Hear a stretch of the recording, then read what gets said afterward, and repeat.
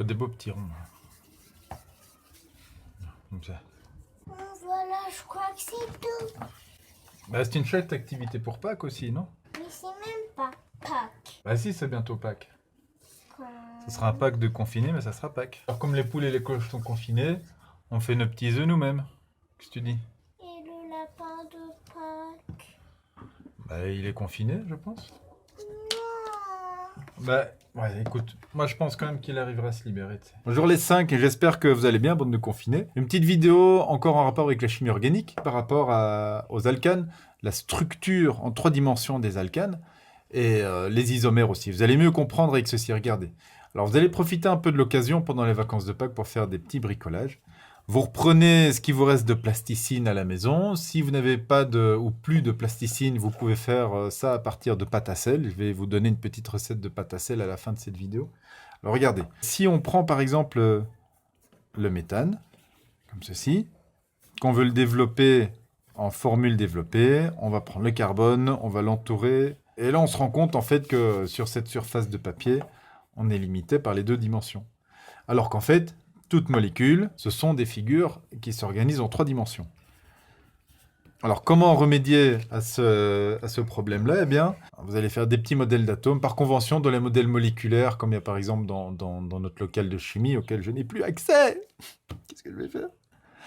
Voilà. Oh, tu vas rester dans la maison. Bah oui, voilà. Je suis obligé de supporter ces gamins toute la journée. Ils me font des boules tout le temps. Vous avez vu? Hein?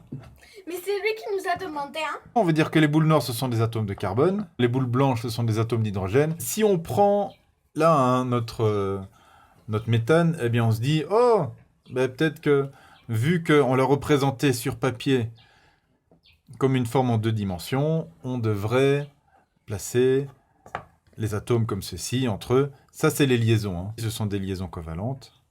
Ce sont des bouts de cure-dent qui ont été coupés en 2. Et donc, à partir de là, on pourrait se dire, ouais, la molécule de carbone, elle ressemble à ça. Alors, elle ressemble effectivement à ce que j'ai dessiné ici sur mon papier.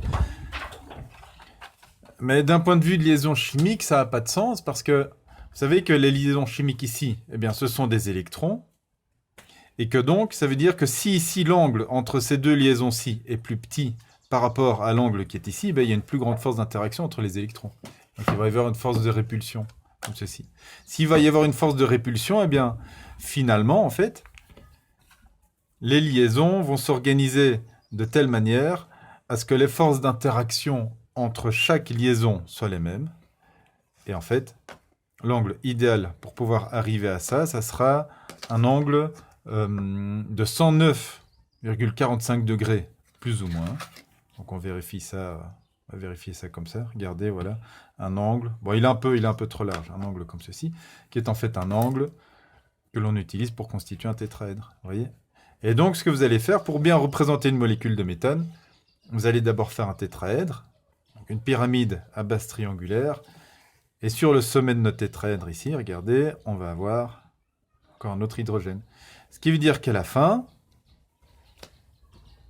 vous voyez, on a représenté comme ceci, avec de la plasticine de couleur et des cure-dents, on a représenté notre méthane comme ceci. On va voir ce que ça donne avec des molécules plus longues, et là vous allez mieux comprendre tout ce que sont les isomères. Je vais vous expliquer pourquoi j'ai fait des erreurs dans la vidéo précédente, quand j'essayais de trouver la chaîne de carbone la plus longue dans les molécules que j'avais données en exemple. Il y a une petite fourmi qui se balade là sur la feuille. Est-ce qu'il y a les clochettes des fourmis? Je prends une molécule, que je vais la constituer d'une chaîne principale de 4 carbones, comme ceci par exemple. Vous voyez, là je dirais 1, 2, 3, 4, MEPB, ça serait donc une chaîne principale de butane. Si je décide de rajouter 1, 2 carbones, donc ici un groupement éthyle, vous voyez. Eh bien, je complète avec des hydrogènes pour respecter la valence 4 du carbone. Si je décide que c'est ceci, ma chaîne principale, ça me ferait, donc je numérote, 1, 2, 3, 4, ça me ferait du 1... méthylbutane. Est-ce que c'est vraiment ça, ma chaîne la plus longue? Eh bien non, en fait, regardez, parce que si je compte ici, 1, 2, 3, 4, 5, j'ai une chaîne plus longue avec 5 carbones qui se suivent.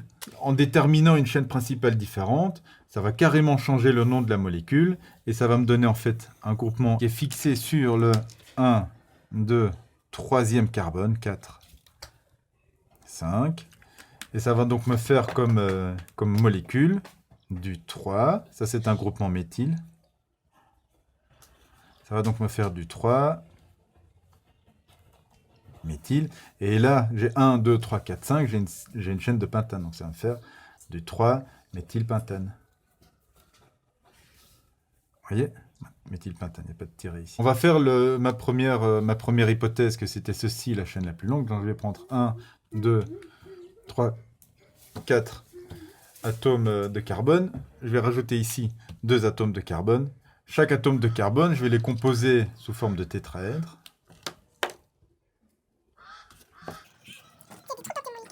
Ouais, désolé. Voilà. Ici, je vais laisser le tétraèdre avec une liaison incomplète.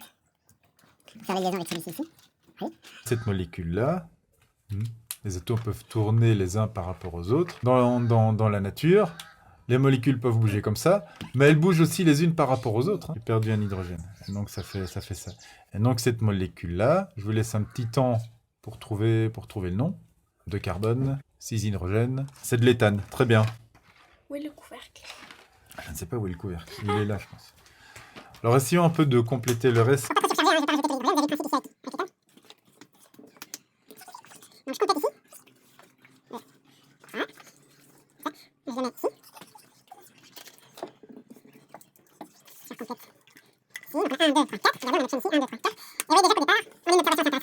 Ici, cette chaîne-là, elle n'est pas du tout linéaire, hein.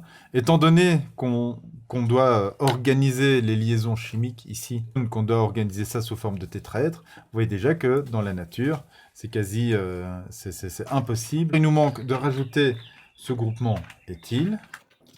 Hop, que je vais fixer ici par exemple. Il me manque encore un atome. Tac, tac, tac, tac. Ah, voilà. Alors celui-là, je le mets là. Regardez. De quoi est-ce qu'on se rend compte? C'est que les atomes peuvent bouger les uns par rapport aux autres. On peut avoir une molécule comme ceci. Ça peut tourner comme ça. Et alors, regardez ce qu'on obtient. Vous voyez? On obtient finalement une chaîne principale de 1, 2, 3, 4, 5 carbone. Et ici, on a un 6e carbone. Et vous voyez donc bien que ici, vu que c'est en 2 dimensions et qu'on ne peut pas bouger la molécule en tant que telle, vous voyez bien que la chaîne principale, c'est bien celle-ci. Ceci, c'est du 3-méthylpentane. Prenons cette molécule-ci, 1, 2, 3, 4, c'est donc du C4, et vu que c'est un alkane, ça sera du C4H10. Si on va la représenter là, selon la convention en 2 dimensions sur papier, ça va nous faire... 1, 2, 3, 4. Imaginons que je décide de retourner cette partie-là de la molécule et que je me fais un petit CH2, CH3, CH2, CH3, vous voyez? Donc ça, c'est ceci. C'est toujours la même molécule.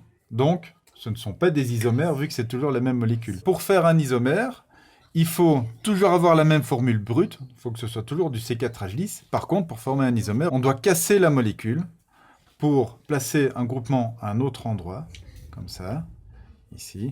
Cette molécule-là, regardez, c'est un isomère de ça. C'est parce que j'ai pris un C, et je l'ai entouré de 1, 2, 3, comme ça. Il y a un hydrogène qui est ici. Et ici, j'ai mis du CH3.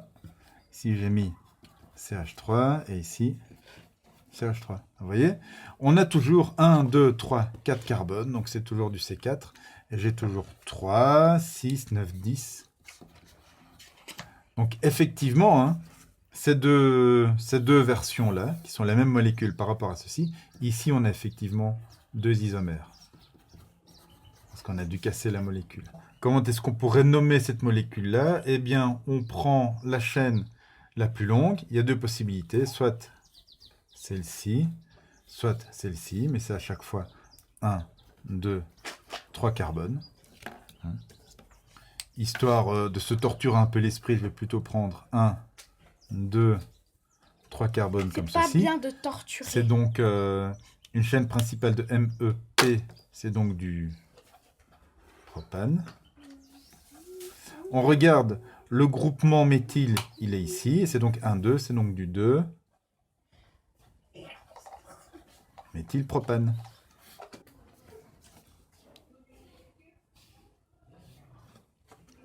La formule brute de cette molécule-là, ça sera donc C4H10. Le nom général, ça sera MEPB, ça sera donc du N-butane. Et on se rend compte, avec ce que je vous ai expliqué précédemment, que le N-butane a 2 isomères. Le premier isomère, c'est le cas où on met tous les carbones l'un à la suite de l'autre. 1, 2, 3, 4 carbones. Pas de groupement fixé directement sur cette chaîne principale. Là, ça sera donc directement du butane. Ça, c'est le premier isomère. Le deuxième isomère, ça sera cette molécule-ci. Quel étourdi. Le deuxième isomère, ça sera donc 1, 2, 3, 4. Ça sera CH, CH3, CH3, CH3. On compte le nombre de carbones, 1, 2, 3, 4. On a bien 3, 6, 9, 10 hydrogènes, donc c'est bien du C4H10. On va déterminer par exemple que la chaîne principale c'est celle-ci. On aurait pu déterminer que c'était celle-là aussi. On va compter le nombre de carbones. 1, 2, 3. Et là, eh bien, on voit que le groupement méthyle est sur le deuxième carbone. On a donc du 2. Méthyle, 1, 2, 3, propane. Et voilà le deuxième isomère. Une molécule assez sympa à faire, c'est le C2H5OH. Ce n'est pas un alcane, c'est un alcool, parce que vous voyez ici, il y a la terminaison OH. Vous avez vu ça dans les notes de cours, hein, les différentes fonctions chimiques. Dans cette formule-là, on la développe, ça vous donne C. Vous avez 1, 2, 3 hydrogènes. Hop, ici on rajoute 1, 2 hydrogènes, on met l'oxygène et l'hydrogène. En 3 dimensions, ça vous donne une jolie petite molécule.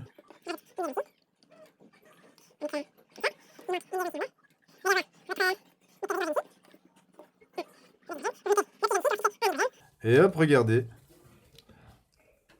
La molécule d'éthanol, comme ceci, vous voyez, ça ressemble à un petit chien.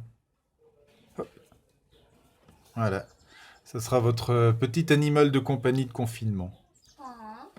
Mignon, hein? Non, c'est moche. Merci, Brianna.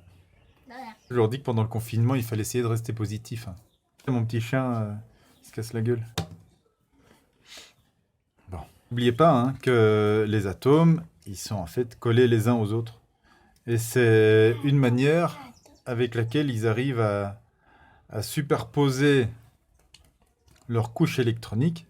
Et c'est en superposant comme ça leurs couches électroniques qu'ils arrivent à mettre en commun les électrons pour compléter leur couche électronique et avoir la satisfaction d'arriver, de compléter l'octet de leur couche externe. Hein. La molécule d'éthanol, elle ressemble plutôt à ceci. Et les atomes sont légèrement écrasés, donc les couches électroniques des atomes sont légèrement écrasées les unes par rapport aux autres, avec une zone ici qui va se chevaucher, dans laquelle vous avez les électrons en commun. Et c'est donc dans ces zones-là que vous avez la liaison en tant que telle qui s'effectue, puisque ce sont les électrons qui se retrouvent ici, qui vont compléter mutuellement les couches externes électroniques des différents atomes. Voilà.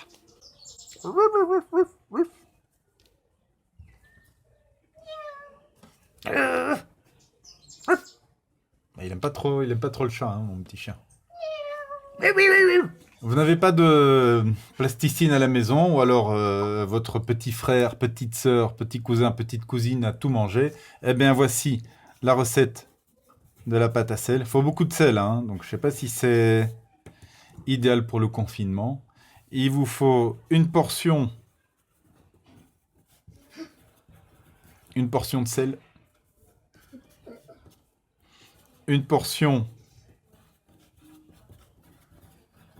d'eau tiède. 2 portions de farine. Il Hein. recopie la Et recette, alors, hein. des colorants alimentaires. Donc, en fonction de ce que vous avez à la maison, ben, vous attribuez vos conventions vous-même, en fait. Hein. Vous mélangez le tout, vous allez voir que ça va former une pâte assez dense, et ça vous permettra, en tout cas, de jouer comme ça avec des petites molécules. Et hop, ça vous fait quelque chose qui ressemble à ça. Ça, c'est la molécule d'eau. Dans certaines molécules, vous pouvez avoir des doubles liaisons, comme par exemple pour le dioxygène. C'est assez intéressant quand on le montre comme ça en développé, c'est que vous voyez que la double liaison empêche la rotation de chaque atome d'oxygène l'un par rapport à l'autre. Vous voyez, donc ça fixe la molécule. Et donc la molécule d'oxygène ressemble à ceci. Ça, c'est l'oxygène.